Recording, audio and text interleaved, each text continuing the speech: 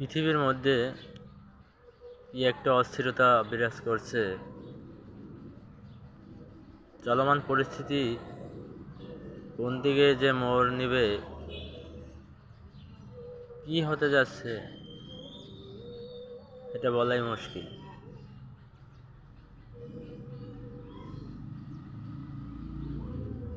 একটা মিসাইল মারলে অপর দেশ দুইটা মারে। আল্লাহ তাআলা রহমত করুক,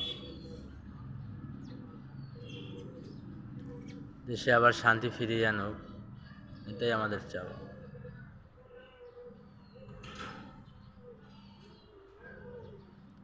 চলমান পরিস্থিতিতে কোনো দেশই ভালো নেই। চরম উদ্বেগ, উৎকণ্ঠা। আবার কিছু দেশ এর সুবিধা ভোগ করতেছে, যারা পিছন দিয়ে উস্কি দিয়ে অস্ত্র দিচ্ছে, কোটি কোটি টাকার অস্ত্র বাণিজ্য করতেছে, তারা হচ্ছে লাভবান।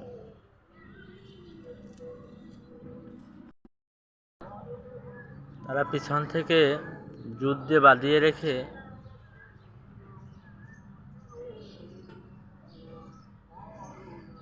দিনে দিনে কোটি কোটি টাকার অস্ত্র বাণিজ্য করে।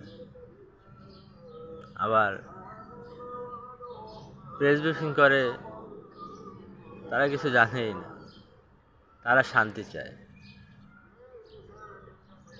এরকমের নাটক বন্ধ করুন। পিছন থেকে কলকাঠি নেড়ে যুদ্ধ বাঁধিয়ে রাখাকে বন্ধ করুন। আপনারাই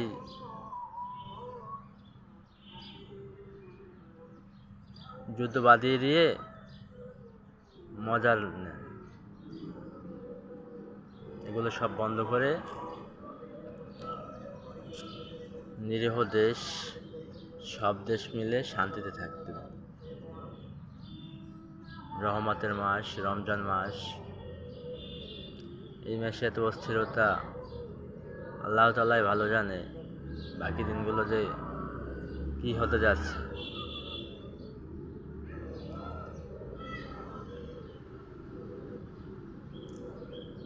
আল্লাহ তাআলা রহমত করুক, হেফাজত করুক, যুদ্ধের অবসান ঘটুক, সকল দেশ শান্তিতে থাকুক, সকল মানুষ শান্তিতে ঘুমাক। যুদ্ধ হলে আসলে কারোই লাভ নেই।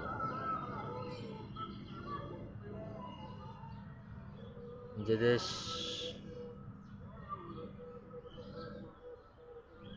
হচ্ছে, পাশের দেশে কোনো দেশেরই শান্তি থাকে না। তাই সব যুদ্ধ বন্ধ হোক, আমাদের এটাই চাওয়া, এটাই প্রত্যাশা।